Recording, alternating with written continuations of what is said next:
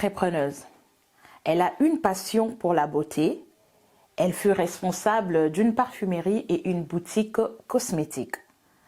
Cette passion l'a conduit à poursuivre ses études en esthétique. Elle est aujourd'hui une esthéticienne et une maquilleuse professionnelle. Elle est propriétaire du salon Free Beauté. Et ce n'est pas tout. Elle est proposée aux bénéficiaires et poursuit ses études en sciences infirmières. Cette femme qui a un parcours excellent nous fait l'honneur de raconter son histoire dans Femme excellente. Cette émission qui met en exergue les savoir-être et les savoir-faire de ses invités. Cette femme, c'est Frida Angalikiana. Bonjour Frida. Bonjour Rose, comment vas-tu? Je vais bien, merci. Nous sommes vraiment heureuses de vous recevoir sur notre plateau. Merci. En tout cas, tout à l'heure, on disait que vous êtes une esthéticienne, une maquilleuse, préposée aux bénéficiaires. Est-ce qu'il y a quelque chose d'autre qu'on peut savoir sur vous? Oui, il y a plusieurs choses à savoir sur moi. Ok. Là, je suis en train de faire mes cours pour être infirmière auxiliaire. Je ne vais pas m'arrêter là, je veux continuer parce que j'aimerais ça être clinicienne. Je suis fatiguée de travailler comme préposée. C'est fatigant, ça fait mal au dos, mais sinon, j'ai 2 enfants, 2 beaux petits-enfants. Je les appelle petits, mais il y en a qui... Il y a mon fils qui est grand et ma petite fille. Et aussi, j'ai aussi des filles, des grandes filles adoptives, Tatiana et Renate. Et je suis monoparentale. Voilà un peu qui je suis. Et en cours tous les jours. C'est quoi votre parcours? Êtes-vous immigrante? Êtes-vous née ici au Canada? Quand est-ce que vous êtes arrivée? Je ne suis pas née au Canada, je suis immigrante. Je viens du Congo, plus précisément, je suis congolaise. Et je suis arrivée au Canada en 2015, je dirais au mois d'août, mais le 8 août 2015, on n'oublie jamais la date. Oui, effectivement. Et voilà un peu, je viens du Congo. Et avec tout ce que vous faites, vous avez là la casquette de maquilleuse, préposée. Là, vous nous avez encore dit que vous avez des enfants, autant d'enfants d'ailleurs. Et puis, vous espérez devenir encore. Et là, j'aimerais savoir, comment vous faites avec toutes ces casquettes? Je dirais, d'abord, la première des choses, c'est la grâce de Dieu qui est très importante. Parce que avoir autant de force, il faut que le Seigneur soit là. Okay. C'est la première des choses. Et la deuxième des choses, c'est la volonté. Dans la vie, quand on veut, on peut. Oui. Au tout début, c'était un peu compliqué, difficile pour moi. Je me demandais comment j'allais faire, comment j'allais m'en sortir, comment courir. Parce que je cours tous les jours et c'est chaque matin où je me réveille, je commence à courir. Je me réveille à 5 heures et je rentre chez moi pratiquement tous les jours après 22 heures. Wow. Ah. Oui. Moi, je suis curieuse de savoir laquelle de vos casquettes que vous aimez le plus. Je dirais la casquette d'être maman. Wow. Et racontez-nous comment ça se passe, la vie d'une mère. La vie d'une mère, c'est la patience, l'écoute, les savoirs, le savoir-être. Tous les savoirs doivent être là pour pouvoir gérer une maison. Et en même temps, surtout quand on est mère et père en même temps, donc je porte les 2 casquettes. Et il y a des moments où il faut mettre celle du papa, où on est dur avec les enfants. Exact, ouais. Et il faut être dur au vrai sens du mot. Parfois, c'est difficile. Je n'ai pas les mots qu'il faut, surtout pour mon fils qui est un garçon, qui est devenu, je veux dire, maintenant, il commence à... Un ado ou un pré-ado? C'est un ado. Ok. Et c'est très compliqué, c'est très difficile. Des fois, je n'ai pas de mots, je ne sais pas comment lui parler, mais j'essaie de travailler dessus. Et vous savez, étant femme, on a une façon de réagir.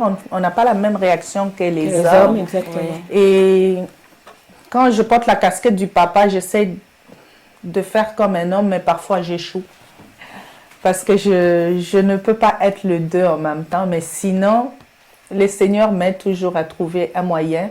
Ou si je lui parle mal, ou si je fais quelque chose qui... Je sais, je suis une personne. Je peux crier sur lui, après je pars, je me dis, mais à son âge, je ne devrais pas faire ça. La fibre maternelle vous ramène toujours. Elle me ramène toujours et puis j'essaie de m'excuser d'une façon où je m'excuse parce que c'est important aussi de s'excuser devant les enfants parce que parfois on fait du mal. Surtout nous les Africains, on se dit Nazam, j'allais dire ça dans ma langue. Oui, je peux. C'est moi qui l'ai eu, j'ai tous les pouvoirs sur l'enfant, je ne veux jamais m'excuser, non. Et au début, c'était compliqué pour moi. Oui. Mais maintenant, j'ai appris à faire avec. Et je sais m'excuser quand je porte mal la casquette du papa. Mais en tant que mère, je dirais, je porte bien ma casquette. Je sais leur donner beaucoup d'amour. Et puis, j'ai tellement des enfants merveilleux je me plains pas beaucoup. Mes enfants m'aident. Mon fils prend soin de sa sœur. Avant que sa grande sœur arrive du Congo, il était toujours là pour prendre soin de sa sœur. Il allait la chercher à la garderie quand maman est au travail. Il revenait avec sa sœur, lui donner le souper, rester avec, prenait soin d'elle jusqu'à ce que je revienne. Maintenant, j'ai ma grande fille aussi qui est là. C'est plus facile. C'est devenu plus facile pour moi et ça m'aide à continuer. La casquette d'infirmière, la casquette de préposée, étudiante infirmière, de préposée, est-ce que c'est compatible avec votre rôle de mère? Oh oui, je dirais c'est tellement compatible parce que l'esthétique, c'est les soins. Exact, oui. Quand on parle de l'esthétique, on parle des soins. Et quand j'ai commencé à travailler comme préposée, pour moi, je me suis dit, je vais essayer autre chose, voir qu'est-ce que ça donne, est-ce que je vais aimer ou pas, j'ai beaucoup aimé travailler comme préposée. J'aime le faire. Je ne veux pas dire j'ai beaucoup parce que je continue à le faire jusqu'à aujourd'hui. Oui. Et c'est un métier, je trouve que c'est un beau métier et il faut avoir du cœur pour le faire. Je vous dirais, les gens qui travaillent comme préposés, il faut avoir un cœur. Oui. Il faut aimer les personnes autour de soi. Et on donne les soins. En esthétique, j'ai fait des soins de visage, j'ai nettoie, mais quand je suis devant une personne pour laver, changer, prendre soin de lui, c'est les mêmes soins. Oui. Et je dirais maintenant que je fais mes cours d'infirmière auxiliaire, c'est les soins qui me suivent partout. Il n'y a pas de changement. Et même parfois, quand on parle dans les cours, parce qu'on ne va pas directement à la médication, il faut d'abord... On a des soins à prodiguer avant d'aller vers la médication. Et souvent, il y a des soins qui sortent de là que je dis, c'est des soins qu'on fait en esthétique. Donc, les casquettes, elles continuent. Il n'y a pas d'arrêt, c'est des soins. Oui. Frifri Beauté. Oui. En tout cas, pouvez-vous nous parler un peu de l'histoire, d'où ça vous est venu, cette idée-là, de créer un salon de beauté? Bon, c'est un peu long. Comme je vous ai dit, je viens du Congo. Au Congo, j'avais une parfumerie et je vendais souvent des maquillages. Maquillage, parfum, toutes ces affaires-là qui viennent... Et souvent, je maquillais les gens. Souvent, j'avais quelques amis qui venaient, maquille-moi, elle achète ses maquillages, je maquillais. Je ne savais pas. Et j'ai une amie à moi d'enfance qui s'appelle Christelle, qui m'a rappelé la dernière fois, elle m'a dit, Frida, tu te rappelles, la première fois que tu m'as maquillée, j'avais 14 ans. Je dis, Wow. Ça fait longtemps. Elle dit, je me rappelle encore, moi je ne me maquillais pas, tu m'avais maquillée, et je me suis dit, donc c'est une chose que j'ai toujours aimée. Oui. Et en Afrique, vous savez, en Afrique on ne vit pas comme ici. En Afrique, on n'a pas la même vision des choses comme ici. Et tout ce qui est beauté, esthétique, cheveux, on ne considère pas tellement comme métier. On se dit, c'est pas un métier. Quand j'ai fini mes études secondaires, j'ai commencé à faire... J'étais à l'université, Unilou. J'ai commencé avec la médecine. Oui.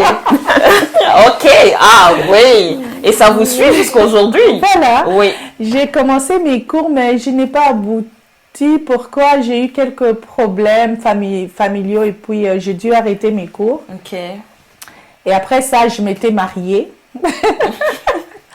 Et j'ai pas pensé à travailler, j'ai pas pensé. Je me suis dit, ben, on travaille pas, on reste à la maison et j'ai fait ma parfumerie. En arrivant ici, je me demandais qu'est-ce que je veux faire. Ok. Est-ce que je veux je veux continuer avec mon business?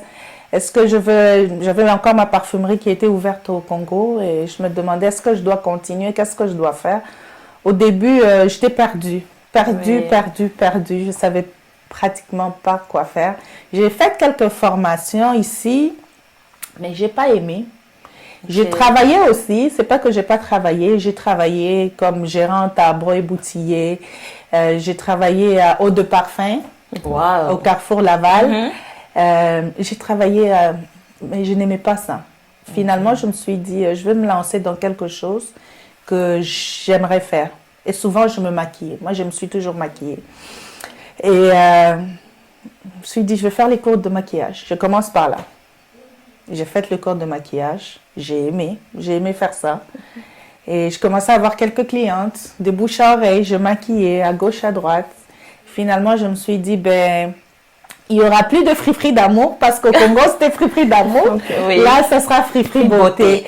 Et voilà, c'est comme ça que j'ai trouvé le chemin. J'ai trouvé ce que j'aime faire. J'aime ça et j'ai continué mes cours pour être esthéticienne. Et je trouve que ça me va bien. Et j'aime ça. Ouais. Parlons de vos beautés, comme vous venez de les dire tout à l'heure.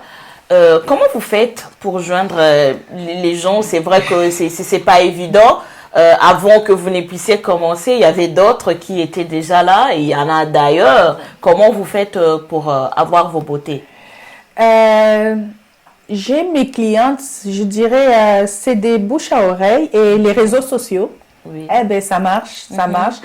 La plupart de mes clients me retrouvent sur les réseaux sociaux et souvent, il y a un forum africain, je ne sais pas. Je suis dedans, je ne savais pas. J'ai eu beaucoup de clientes congolaises qui cherchaient une maquilleuse, qui m'ont trouvée là. Et j'ai beaucoup de clientes maliennes, béninoises. Elles trouvent souvent mon nom sur les réseaux sociaux et des bouches à oreille. Et je vous dirais, je n'ai pas de clientes de ma famille du tout. Wow. Non. Du tout. C'est quand même étonnant. Oui. Et comme on dit toujours, les plus proches ne croient pas en vous. Hein? Nul n'est prophète chez lui, c'est ça. C'est ça. Oui. Et, mes clients, je les trouve donc, sur les réseaux, mes collègues. Et les soins, c'est surtout les gens qui me connaissent, qui ont essayé mes soins et ils viennent jusqu'à aujourd'hui. Oui. Oui. Quand vous dites soins, c'est quoi? Le maquillage, le massage? Non, quand je parle de soins, c'est des faciales. Ok. Oui. On fait des faciales. Les esthéticiennes, on s'occupe de la peau. Et dans les soins, il y a plusieurs techniques qu'on fait. Il y a des soins de base, il y a des soins spécifiques. Dans les soins spécifiques, on fait des soins de visage, on fait des drainages lymphatiques qui va me suivre encore comme je t'ai dit tout à l'heure. Santé. Oui, oui. Wow. Et avec l'esthétique, je peux le faire. On draine et il y a plusieurs soins. En tant que mère, ça commence comment la vie d'une journée avec vous? Une journée avec moi, je veux dire, c'est lourd. Pour l'instant. C'est pour l'instant parce que je suis aux études, en même temps je travaille. En même temps, il faut gérer les clientes. Pour l'instant, c'est un sacrifice. Je me réveille à 5 heures, je vais prendre ma douche, je me prépare, je lève ma petite fille, je la lave aussi. Je la prépare en même temps, petit déjeuner. Mon fils, il est assez grand, il se réveille, il se lave, il fait ses affaires. Je le dépose, il prend son autobus. Je vais déposer ma petite fille à la garderie. Je vais au cours. Je finis à 3 heures, je suis à temps plein. Et à 3 heures, quand j'ai fini, je cours directement au travail. Je reviens chez moi après 22 heures fatiguée, parfois après 23 heures. Ça dépend du shift que j'ai. Je suis tellement fatiguée. Ma fille ne dort pas tant qu'elle ne m'a pas encore vue. Wow. Donc, elle m'attend. Je reste avec. Et on dort. Le lendemain, ça recommence. Est-ce que vous puisez cette force? Est-il un secret? Je vous l'ai dit, j'ai un secret. C'est le Seigneur, c'est Jésus qui me donne cette Gloire à force. Dieu. C'est le Seigneur, je suis un être humain, cette force surnaturelle, sans l'aide du Saint-Esprit, on n'arrive pas, c'est impossible. Il n'y a que Dieu qui peut faire ça. Et puis la volonté. Oui. Et puis je demande souvent à Dieu de me donner la force, parce qu'il est écrit, demande, il te sera donné. Et je prie, je dis, Saint-Esprit, je suis fatiguée, j'en peux plus. Oui. Fortifie-moi, donne-moi la force. Et c'est ça qui m'aide à tenir bon. Et ça marche. Et ça marche. Et moi, je voulais savoir, avec ces secrets-là que vous venez de nous donner, qui est Dieu, comment vous vous voyez dans 5-10 ans? Je dirais dans 5-10 ans, je me vois déjà clinicienne. Clinicienne, oui. C'est sûr et certain, je serai Oui. clinicienne. Je me vois être entre le Canada et le Congo parce que j'aimerais ça ouvrir un institut. Et en même temps, à côté, je veux voir si c'est dans mes projets. Ce que je ferai, ça sera un salon d'esthétique, médico-esthétique. Ok. Et je pourrais former les filles congolaises. Oui. J'espère que je pourrai le faire gratuitement. Je l'espère vraiment parce que si on forme une femme, les filles, on forme une nation. Wow. Oui, ça c'est dans mes projets. Je me vois dans 10 ans retourner chez moi. Ce sera entre les deux. Je vais travailler ici et je serai au Congo pour former les filles et voir aussi comment les mêmes filles, celles qui pourront travailler, celles que je veux voir qui seront compétentes, elles pourront travailler aussi au salon. En tout cas, en vous entendant parler, on sent vraiment que c'est le cœur d'une mère qui est en train de parler, puisque là, une formation gratuite, mais ça c'est pas donné à tout le monde. D'où vous vient cette idée-là de faire quelque chose comme ça, n'est pas viser d'abord l'argent, puisque tout à l'heure, vous nous avez dit aussi que vous avez commencé à maquiller les gens gratuitement, et là encore une école gratuite, c'est quoi? Je dirais, je me dis, c'est avec les temps que je l'ai compris, en Afrique, les femmes, on dépend tellement des hommes que ces femmes-là sont devenues comme des objets. Ok. Et si on peut aider, et si je pourrais le faire, je ferais pour aider ces femmes-là un jour à être indépendantes, à prendre soin d'elles, à pas aimer un mari qui est marié parce qu'elle doit manger, elle doit prendre soin de sa famille. Vous savez, si elle peut travailler, elle peut créer quelque chose, si je peux, ça sera un petit plus dans la vie de quelqu'un. Et ça me rappelle un enfant, je me rappelle il y a très longtemps quand je venais de me marier, on est allé à un orphelinat, moi et mon ex-mari. On avait ramené des gâteaux, du pain, du jus, de la nourriture comme d'habitude. Le visage de cet enfant-là, jusqu'aujourd'hui, ça fait tellement longtemps, je dirais, ça fait plus de 25 ans, mais non, L'image ne quitte pas. ça fait longtemps, Oui. plus de 18 ans. Mais cet enfant-là, je revois encore le petit Cette enfant-là image, qui... oui. Je lui ai donné un petit gâteau et du Fanta. L'enfant mangeait, il regardait le ciel. Oh là là. Oh mon Dieu. Il regardait la terre. Il me regardait, il faisait ça. Il regardait le ciel. Pour moi, c'était une prière. Prière. Après des années, je suis tombée malade. J'étais très malade, on ne savait pas qu'est-ce que j'avais. J'étais à l'hôpital avec ma petite soeur. Mon cœur, je sentais, je n'en pouvais plus. À un moment donné, j'ai pleuré, j'ai dit, Seigneur, moi, je veux mourir. Je suis fatiguée. Et je me suis rappelée d'une parole que mon pasteur m'avait dit. Demande à Dieu. C'est le Dieu de promesses. Il se souvient toujours des bienfaits qu'on fait. Oui. Et l'image de cet enfant m'est revenue en tête.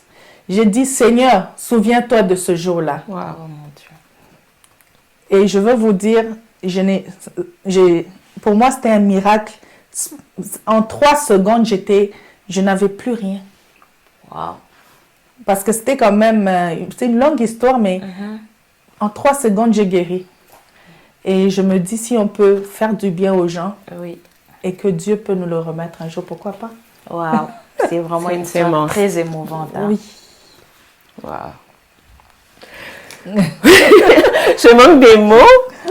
Mais là, nous sommes encore au mois de mars. Et le 8 mars, on a commémoré la femme les droits des femmes. Quel message vous pouvez envoyer à toutes ces femmes qui nous suivent à travers cette plateforme? Ben, je veux dire à ces femmes-là de continuer, de croire en elles, de faire ce qui est bon pour elles. Le droit de la femme ne veut pas dire oui, on a des droits, on est marié, on n'est pas soumise. Je dirais pas ça. Moi, je veux dire à ces femmes-là de croire en elles, de faire ce qui est bon, de travailler si elles peuvent travailler. Et si elles peuvent continuer comme moi, à mon âge, aller au cours, aller apprendre, pourquoi pas? Si ces femmes-là, un jour, peuvent construire, pourquoi pas? Pour moi, le message des femmes, c'est soyez fortes, continuez, croyez en vous, les femmes. Il faut qu'on croie en nous. On a des capacités que personne ne peut avoir. Si on peut porter un enfant de 9 mois et pousser, ça fait mal. Un homme ne peut pas supporter ça. Donc, on a aussi des capacités de faire comme les hommes, mais on n'est pas des hommes. On doit rester quand même soumise. En tout cas, et par là, ça me vient cette question. Qu'est-ce que vous direz à toutes ces femmes, jeunes filles qui veulent emprunter le même chemin que vous? Oh, moi, je veux vous encourager. Je veux vous encourager. Pourquoi? Quand on croit en soi, on réussit. Et il n'y a pas de saut métier sur Terre. Je l'ai appris au Canada. Hein? Au Canada, je l'ai appris. Il y a des gens qui font de la manufacture qui ont plus d'argent que ceux qui sont dans les bureaux. Oui. Je l'ai appris au Canada. Il n'y a pas de saut métier. Croyez en vous. Continuez et tôt ou tard, vous allez y arriver. On arrive quand on veut. On a la volonté. On croit en soi. On arrive toujours. Merci d'avoir répondu à l'invitation de Femmes Excellentes. Ça a été un réel plaisir pour nous de vous découvrir dans toutes vos facettes, dans toutes vos casquettes. Merci encore. Merci beaucoup Jolie. Merci. Tu peux faire une différence dans ce monde. Tu es capable de réaliser bien plus de choses que tu le crois. Moi, je me permets de croire en toi. Vas-y, à ton rythme, à ta manière, mais commence quelque part. Merci de nous avoir suivis. On nous revoit au prochain numéro de Femmes Excellentes.